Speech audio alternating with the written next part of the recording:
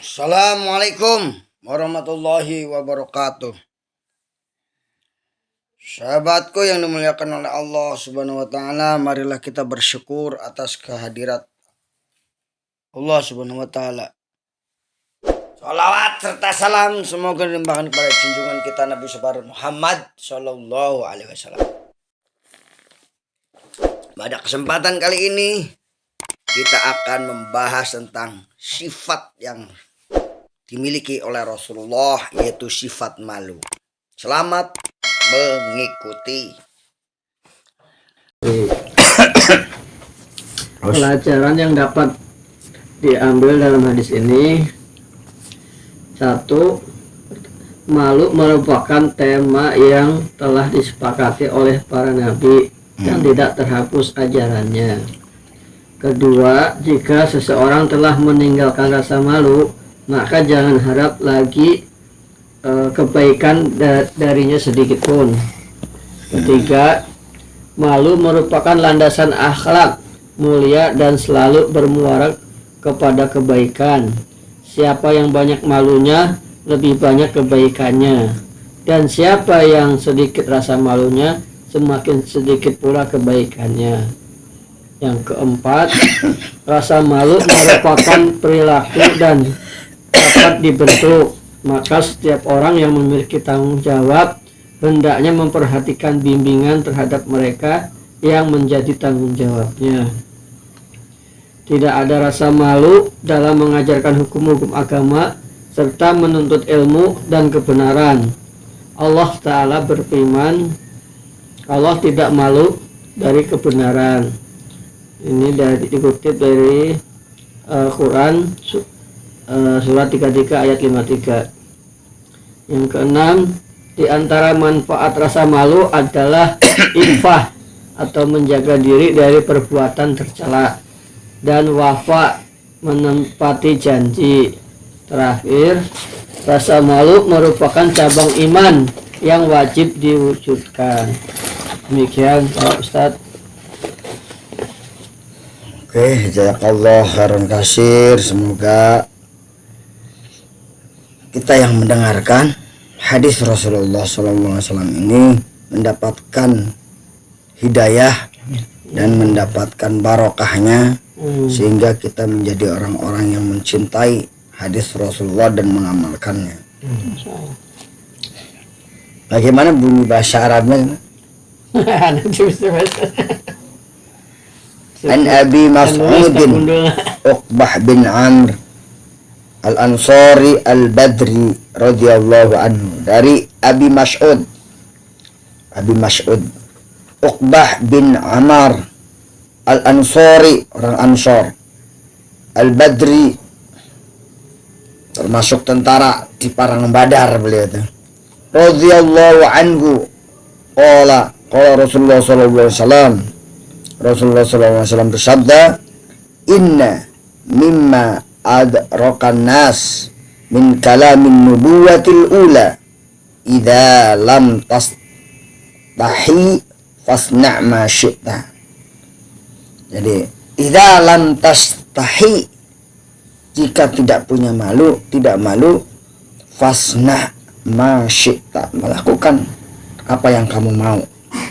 Hadis riwayat Bukhari. Jadi intinya ini, hadis ini memberikan satu kebebasan kepada kita sebagai umat Rasulullah. Kalau nggak malu ya udah, silahkan aja apa saja yang kamu lakukan.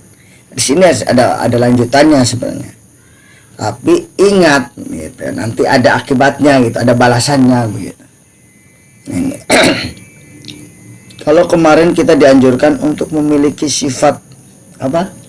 Ini wasiat Rasulullah, menjaga lisannya, sampai mulutnya monyong gitu ya, karena semut kayaknya. Habis pembahasan di situ kan, artinya apa? Lisan kita itu harus dijaga gitu. Nah, hari ini kita suruh menjaga sikap. Sebelum lisan, kita disuruh menjaga stabilitas emosional, ya. Stabilitas emosional. Di zaman sekarang ini banyak ikhwah yang baperan, salah-salah dikit kalau diperhatiin murabi pundung, akhirnya nggak mau menjalankan dakwah ini. Karena apa? Stabilitas emosinya rendah. Nah, ini. Gampang marah. Nah ini bagaimana caranya supaya tidak gampang marah? Ya, kita berlatih. Latihan itulah yang disebut tarbiyah. Ya, berlatih gitu. Semua orang bisa marah, tapi bagaimana kita bisa menempatkan kemarahan itu pada posisi yang baik.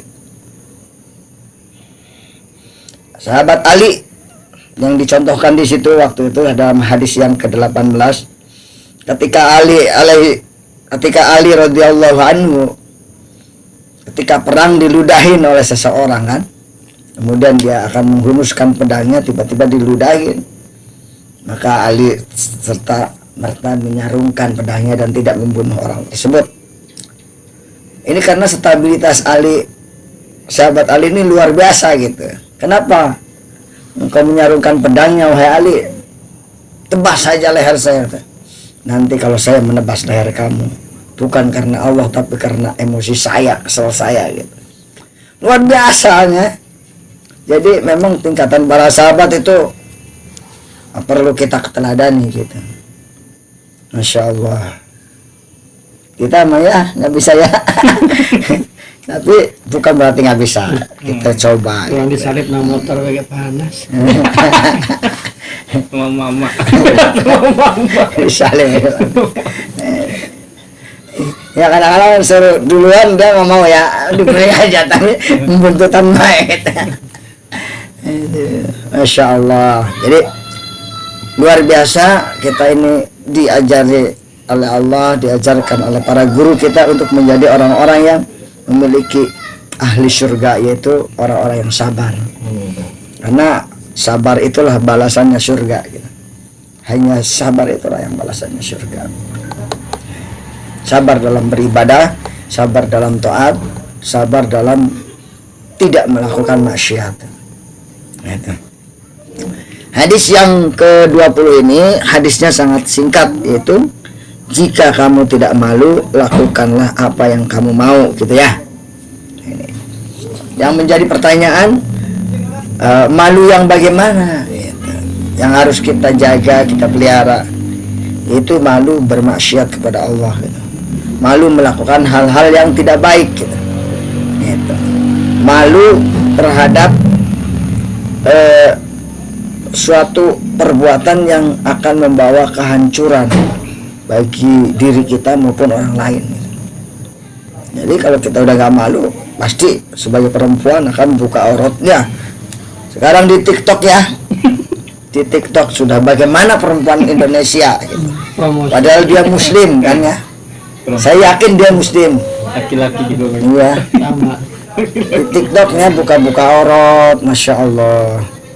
Padahal dia muslim, saya yakin dia muslimah. Ini ya katanya, makanya dalam ilmu keislaman, maka muslim itu katanya, ini mah belum pernah diajarkan, cuma saya pernah dengar dari para guru yang sudah menyampaikan. Muslim itu ada 3 katanya, muslim fasikin. Dia memang muslim, memang Islam, tapi dia fasik gitu. Melakukan hal-hal yang dilarang Allah. Ya,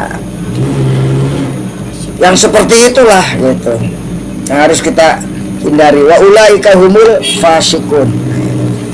Jadi ketika kita tidak punya malu, maka kan jatuh kepada fasik, pada perbuatan ya. Imannya tetap ada, nggak hilang, tapi tetap ada muslimnya, tapi udah fasik, udah jelek, rusak gitu. Itu keimanan kita rusak. Al imanu yazidu wa yanqus, kadang bertambah kadang naik. Nah di sini Rasulullah SAW dalam riwayatnya dikatakan bahwa Rasulullah adalah orang yang sangat malu gitu, terhadap Allah Subhanahu Wa Taala.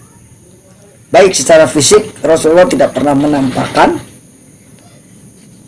kekekaran tubuhnya, kehebatan, kegagahan tubuhnya. hanya sekali saja ketika Rasulullah itu, yaitu sudah mau wafat, beliau memanggil para sahabat, siapa yang pernah disakiti sama saya gitu. Ada salah satu sahabat yang bilang, saya Rasulullah, namanya sahabat itu, saya ingin membalas dendam. Rasulullah dulu pernah waktu dalam peperangan pernah mencabuk saya dengan tidak sengaja atau sengaja gitu ya. Maka dibukalah ini baju Rasulullah di belakang. Para sahabat sudah geram sekali, ini orangnya lunjak amat ya. Para sahabat terus menghunuskan pedangnya, jangan kau lakukan itu, kata Rasulullah. Ternyata ketika dibuka bajunya, maka Rasulullah dipeluk sama dia katanya. Saya ingin kata tubuh saya bersentuhan dengan tubuh Rasulullah dan minta didoakan agar masuk surga. Masya Allah. Maka Rasulullah disuruh mendoakannya. Dan para sahabat ini yang lainnya kepengen juga doain masuk surga kan. Subhanallah. Kisah ini juga sering di share gitu ya, kayak tadi bagi-bagikan supaya apa? Supaya kita ini betul-betul memiliki rasa malu kita kepada Allah. Barangkali itu materinya hari ini, yang penting kita amalkan, kita praktekkan dalam kehidupan kita sehari-hari.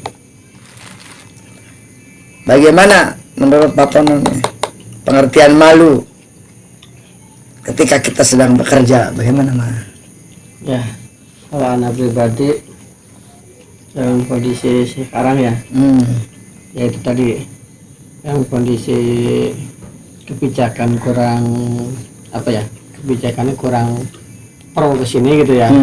Cuman karena anak merasa punya hak, anak harus merasa punya hak, jadi anak melaksanakan kewajiban.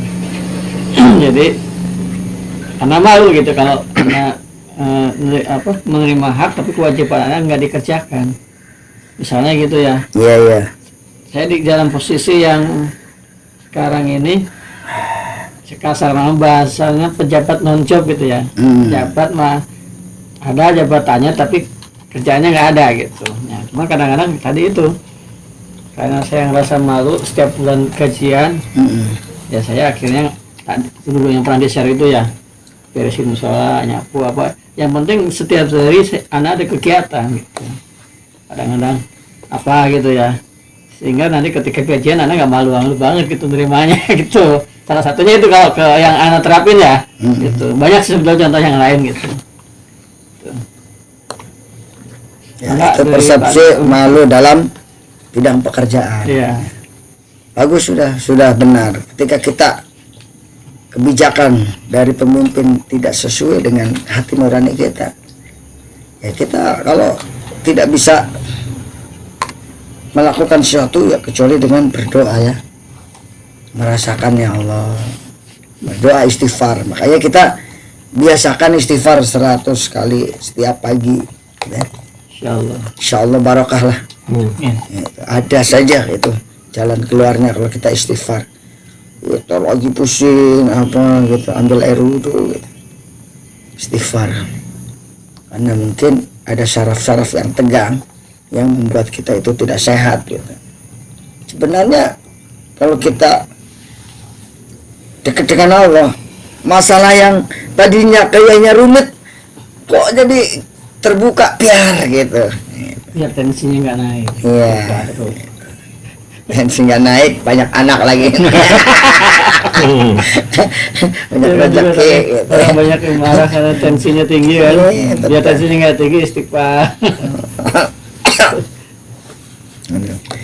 Sekarang Kak Ridho, menurut Kak Ridho persepsi ataupun malu di dalam berumah tangga itu bagaimana? Ya kalau menurut anak pribadi, persepsi malu itu sebenarnya juga terkait dengan didikan ke anak juga. Maksudnya kita juga mulai membiasakan rasa malu kepada anak, terutama dengan kalau kita memberikan ajaran ke anak, kita juga harus sesuai dengan contoh. Nah, jadi kalau kita menyuruh untuk melakukan suatu kebaikan, tentu kita juga harus melakukan suatu kebaikan. Jadi kalau misalnya kita ternyata nyuruh tapi tidak melakukan, tentu itu malu seharusnya sebagai orang tua kepada anak-anak kita, karena kita tidak melakukan apa yang kita suruh itu sih Pak, kurang lebih seperti itu. Iya betul, itu namanya malu dalam bingkai kepada Allah kan. Orang siapa yang hanya ya nyuruh anak ke sholat tapi nggak sholat. iya kira-kira sholat nonton TV main. Ya, itu belajar malu juga gitu. Terus belajar kita sama anak tuh ya. Beri contoh. Kadang-kadang saya suka ngasih contoh ke anak, walaupun kesiangan kita ke musola. Abi udah siang. Iya salahnya siang. Biar malu sama Allah kamu. Jangan kesiangan lagi. Besok kesiangan lagi. Kapan malunya gitu. Itulah. Namanya juga kita namanya sedang proses ya. Pendidikan. Cuma malu juga ada tingkatannya Pak Ustaz. Iya. Kalau anak dulu sama kayak beliau ya tinggal di PMI gitu kan. Untuk mertua indah gitu ya. Dulu malu sama mertua kalau nggak sholat gitu kan. Iya. Lama-lama malu karena kepaksa gitu ya. Lama-lama ya udah malu karena nilai Biasanya 2 rakaat subuh, jadi diempatin. Si mertua. Rajin amat. Iya ditanya, nah sataan ya, pohon belum. Kalau tadinya sih naik deh. Nambahlah katanya. Kayak pondok mertua, kayak gambaran. Kita dengarkan pendapat Pak Beni ya. Pendapat beliau kan itu ya. Udah nggak malu-malu lagi. Kayak di kantor itu ya masalah. Ya gimana tuh? Masalah apa yang kita terima uang dari honor atau apa, tapi SPJ-nya lain itu, gitu gimana malu itu saat itu salah satunya. Tingkatan yang tertinggi itu menolak. Malu dan menolaknya itu. Kita belum menolak. Ambil aja ya. Iya.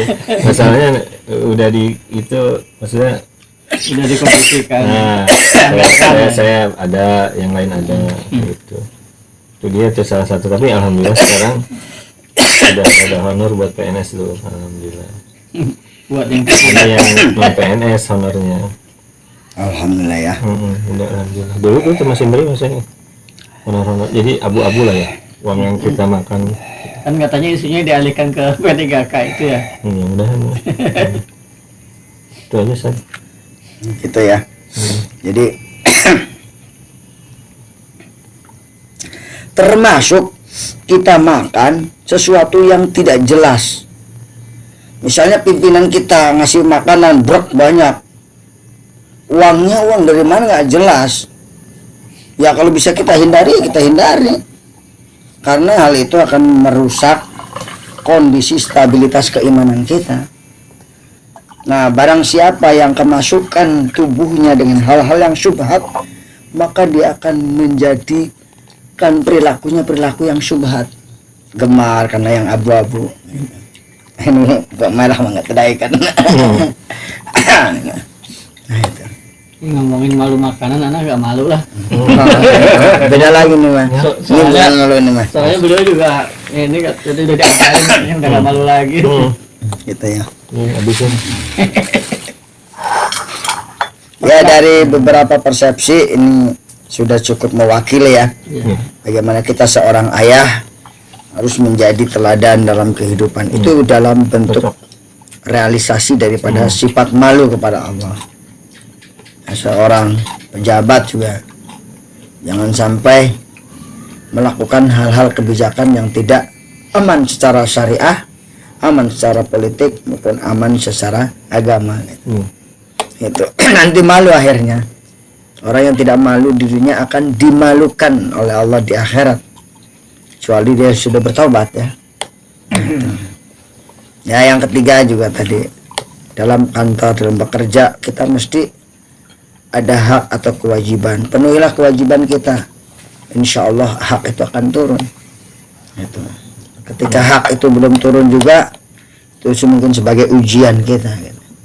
Sampai sejauh mana kita memiliki kesabaran, insya Allah di atas atau di batas terakhir kesabaran itulah akan ada pertolongan Allah. Nah, gitu. Jadi demikian materi kita kali ini, semoga bermanfaat. Wassalamualaikum warahmatullahi wabarakatuh. Waalaikumsalam warahmatullahi. Selanjutnya saya kembalikan kepada MC. Kalau ada pertanyaan silakan. Mungkin perkenalan dulu Pak. Oh ya, Ana Rido Isanaulia, kalau biasa dipanggil Rido. Di sini Ana paling junior ya, dari segi umur 29 tahun. Iya, betul. Jadi di sini Ana juga belajar dengan bapak-bapak para ustadz di sini. Jadi Ana menganggap di sini para bapak-bapak itu guru lah, guru. Ambil yang baik. Guru. Kalau secara kesolehan, secara pahala, insya Allah sudah lebih banyak daripada. Dosa juga. Yang abu-abu jangan di. Iya, dosa juga bisa lebih senior dosa juga. Kalau tinggal di Cadasari di Ciinjuk, kampung Ciinjuk. Di perumahannya bukan? Bukan Pak, di pinggir jalan, jadi nggak jauh dari rumah Pak Asep. Pak Haji siapa Asep. tadi? Pak Haji tua? Uki, Pak Haji Uki. Nggak tahu. Pak Asep ya, Iya. Pak Asep ya. Bawah sedikit 100 meteran ya. Iya, 100. Pinggir jalan ya, kiri Iya, kanan? pinggir jalan kiri, Kiri, sebelah kiri kanan. Pak. Yang dicor ya? Iya dari Cor. Di situ terus kalau alhamdulillah sudah berkeluarga, anak Alhamdulillah. sudah 2, Alhamdulillah. istri baru 1. Alhamdulillah. Nah ini dia. Dia masih di sana nggak salah. Si muda. Kalau sekarang alhamdulillah anak baru CPNS di bagian hukum, Alhamdulillah. Iya. hukum Berarti setda. SH ya? SH Pak. Hmm. Kalau kegiatan sebelumnya anak juga seorang lawyer ya, sebelumnya advokat, tapi alhamdulillah kan rezeki jadi keterima di PNS. PNS, Kalau alhamdulillah. istri juga kegiatan sebagai lawyer, tapi lebih banyak sebagai ibu rumah tangga aja. Jadi part time aja lawyernya, jadi Iya. lebih banyak mengurus. Bukan kan ikannya banyak kan lawyer ya? Iya. Ya, tergantung. Kalau Harus tuh kan? kalau lagi nangani sambong nggak lumayan. Tergantung perkara. apalagi PC ya. Iya, tergantung perkaranya. Kalau alhamdulillah, kalau asli sih sebenarnya Bukan Pandeglang. bukan asli Rangkas. Oh, Orang tua dekat, asli ya. Rangkas, tapi kalau orang saya dengan orang tua keluarga itu sudah merantau di Padang dari tahun 99. Oh, ke Padang. Ke Padang, tapi memang kalau sekolah kalau anak pribadi itu lebih banyak di sini, SD di Rangkas, lalu SMP SMA sempat di Indramayu, baru kuliah di Padang. Karena emang kerja tugas orang tua. Enggak juga, ya waktu di Padang itu sempat karena tugas, tapi karena sekarang sudah keluar, jadi karena orang tua kegiatan di Padang itu punya usaha di Padang, di Bukit Tinggi lebih tepatnya. Jadi kalau bapak-bapak mau ke Bukit Tinggi bisa. Ya jalan-jalan ke Bukit Tinggi. Kalau Bukit Tinggi insya Allah kalau suasana seperti di Pandeglang enak, adem. gitu, adem. Kalau dan juga alhamdulillah kalau Sumbar ikhwanya lumayan banyak. Nomor 1 PKS. Alhamdulillah. Kalau secara ini, kalau juga untuk mengenal tarbiyah ini, alhamdulillah sudah dari kuliah, dari semester awal kuliah. Sumbar di Madura itu ya kuat ya. Iya, Madura. Itu yang Mahfud ya, Mahfud MD ya. Iya, itu dan di sini juga baru dapat kelompok, dan alhamdulillah dipersatukan dengan Ustadz Yazid dan juga Pak Beni, Pak Tony dengan bapak-bapak yang lain. Dari sebenarnya udah dari berapa bulan yang lalu untuk kita memang sempat ada kendala juga dari Ustadz sebelumnya, tapi insyaallah semoga di sini Anda juga alhamdulillah punya saudara baru, punya guru-guru yang baru yang bisa, kalau ada yang kesalahan, ada yang harus diperbaiki dari diri Anda, mohon bimbingannya juga terkait dengan kegiatan di pemerintahan dan sebagainya. Mungkin bisa dibantu untuk bagaimana kita supaya jadi lebih baik, insyaallah. Mungkin seperti itu saja. Jazakallahu khair. Assalamualaikum warahmatullahi wabarakatuh. Waalaikumsalam warahmatullahi wabarakatuh. Lanjut. Siapa? Tuan rumah. Mungkin karena masih muda ini bisa jadi penggerak ini. Ah. Kemarin kan Ana yang paling muda tuh.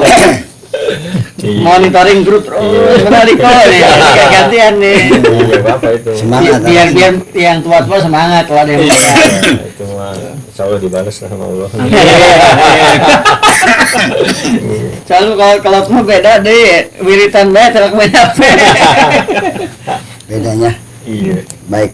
Saya dulu kali. Silakan Ustaz. Assalamualaikum warahmatullahi Waalaikumsalam wabarakatuh. warahmatullahi wabarakatuh. Saya bernama Yajid. Asal saya dari Jawa Tengah, Purbalingga.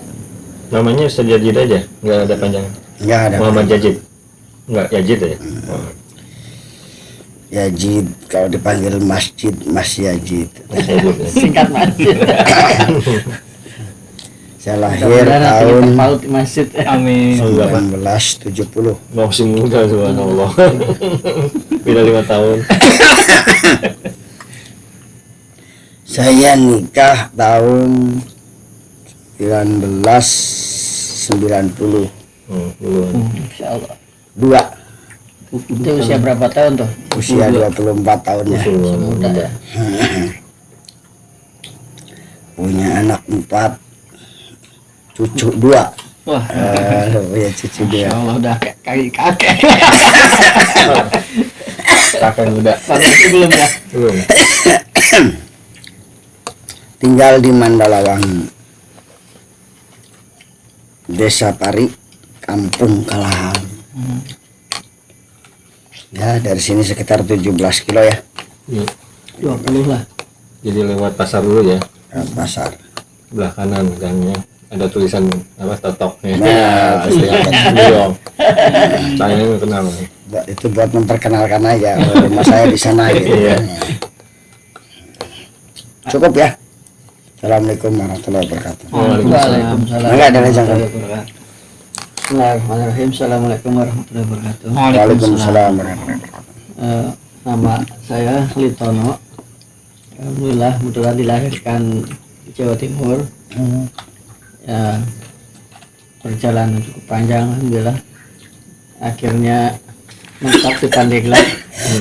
Nyangkut setelah merantau ke mana? Ke Bogor, ke Cipanas, ke Manggis. Pengalaman jauh. Ya, mentok-mentok di Pandeglang. Ya, udah ke bawah angin, udah gak balik lagi ke timur. Alhamdulillah, istri anak baru 1 gitu ya. Alhamdulillah. Anak alhamdulillah 3. Usul. Kegiatan ya sehari-hari biasalah, ikhtiar, jualan. Alhamdulillah, insya Allah mohon doanya aja teman-teman, dan mudahan ikhtiarnya bisa optimal. Amin. Dan mudah-mudahan karena ada Om Ridho, mudah-mudahan ridho dari Allah juga. Amin. Dan doanya aja. Makanya insya Allah ketika Murabi Liko hari ini siap. Ketika selama nggak ada orderan mah siap. Salah ya. Salah siap. Tadi. Apalagi kalau nggak liko gitu ya. Iya. Itu lebih siap. Kalau nggak ada orderan kayaknya.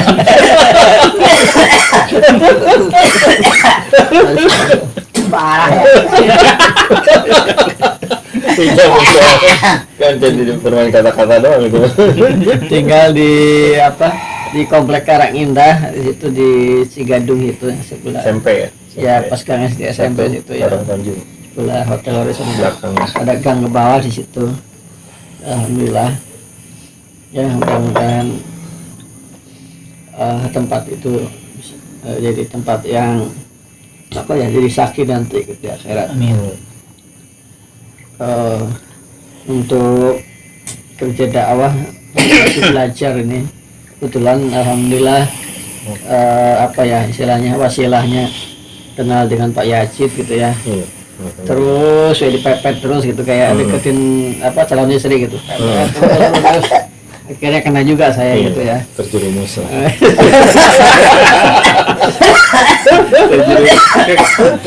Alhamdulillah ya, saya jadi sedikit Insya Allah lah mudah-mudahan ya belajar gitu ya. Makanya ngaji juga alhamdulillah dari target terus dibikin laporan, alhamdulillah semangat nih. Iya. Tadi terakhir itu alhamdulillah hatam juga. Alhamdulillah. Ya mudah-mudahan ini ulang lagi gitu, cuman emang anak masih belajar gitu ngajinya, makanya tadi diminta baca hadis, aduh nyarahan. Kita gundul Iya, sama. masih belum bisa anu. Kalau Al-Quran biasa ya alhamdulillah masih bisa. Bisa. Ya mungkin saya masih harus banyak belajar dan banyak ini. Waktu itu emang disempet juga di komplek itu ngajian nih setiap malam minggu tuh. Cuma hanya bertahan berapa lama udah bubar. Iya, tambah sedikit ya. Tambah sedikit ya. Ya, mudah-mudahan nggak ada waktu nanti. Ya Di musola aja ya. Ya di musola alhamdulillah sih setiap ini. Sekarang hampir rajin Pak ini. Pak Haji Rahmat setiap subuh ngaji, ada temennya saya. Oh, Hajar Hard ya. Itu menaikkan elektabilitasnya. Iya. DKM. Kita dekan sekarang. Belum. Baru ini dong pencitraan. Mudah-mudahan gitu ya. Siapa? Belum kemarin. Alhamdulillah ya istilahnya jadi ini juga ya penyemangat juga. Iya. Dan lingkungan juga alhamdulillah situ. Bagus ya. Mungkin itu aja dari saya, kurang lebihnya mohon maaf. Iya. Mungkin dari kalau ada yang salah mungkin dari saya mohon dimaafin ya. Iya. Kalau benar datang dari Allah Taala. Assalamualaikum warahmatullahi wabarakatuh. Waalaikumsalam. Lanjut. Mau kemana? Pakai jaket. Dingin kayaknya. Iya.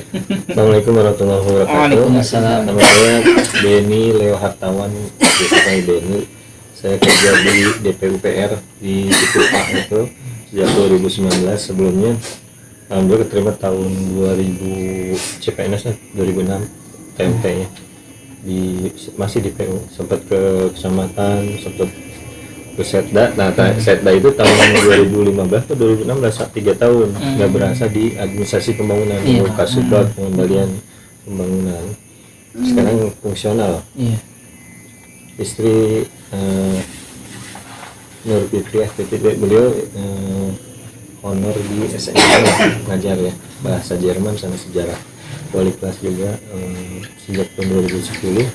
Anak 2, yang satu SMA 1, laki 1 baru masuk, yang adiknya kelas 6, tapi alhamdulillah sudah diterima di pesantren di Darul Quran Mulia di Gunung Sindur di perbatasan Serpong Tangerang, Serpong Bogor. Iya Pak Arum. Udah tesnya online gitu, udah diterima, udah mulai bayaran. Terus kondisinya ya dari dulu ya alhamdulillah, tapi dikaruniai sakit ya itu gula, itu diabetes sejak 2012. Istri ini iya dari 2012 sempat operasi juga pernah ini asbes namanya, dia tuh saat itu dokter kubes ya. Tahu di rumah sakit. Terus istri juga alhamdulillah sih sehat kan, tahun 2000 berapa ya 15 operasi juga jantung, beliau itu ASD namanya, bolong ini jantungnya sejak kecil itu bawaan ya, udah berlubang gitu. Padahal nggak rokok ya. Jadi nggak tahu ya, proses dari biasanya rata-rata yang sakit ASD itu dari kecil ciri-cirinya udah biru, telapak kaki biru, terus nggak bisa tumbuh kurus terus jadinya, karena sistem jantungnya itu 60% lah gitu. Jadi kayak kalau umpama kosong gitu, kadang ada yang bocor gitu, nggak sempurna, kadang darah kotor dan bersih bercampur gitu. Tapi alhamdulillah ini udah berapa tahun ya, naik udah 20 kilo lebih lah mungkin. Alhamdulillah ya, proses ya. Mudah-mudahan sehat. Yang anak kemarin tuh yang itu kan sakit tuh, tapi sekarang sih lagi alhamdulillah bisa. Itu dia mah kalau sedikit sekarang batuk, pilek tuh, terus sama napas ya kayak banget gitu. Sempat sih dulu paru-paru tuh flek ya. Dia selesai udah 2 kali tuh ngulang itu 2 kali. Iya kalau itu mah harus terus nggak boleh pas itu 9 bulan ya, 6 bulan 9 bulan. Kalau yang kakaknya alhamdulillah sehat. Mungkin itu aja sih. Assalamualaikum warahmatullahi wabarakatuh. Lanjut. Ya kita ini Udah ya itu mutabahu lah tadi ya. Itu sekalian itu. Tanya yang kita sebelum kita tutup doa kita doa. Mari kita tutup taklim kita dengan sama-sama baca hamdalah dan doa kafaratul majlis. Alhamdulillahirabbil alamin. Subhanakallahumma wa bihamdika asyhadu an la ilaha illa anta astaghfiruka wa atubu ilaih. Sampai jumpa lagi di lain kesempatan. Semoga Allah senantiasa memberikan kepada kita kesehatan, semangat, dan senantiasa untuk hadir di perkuliahan berikutnya. Amin amin ya robbal alamin. Wassalamualaikum warahmatullahi wabarakatuh.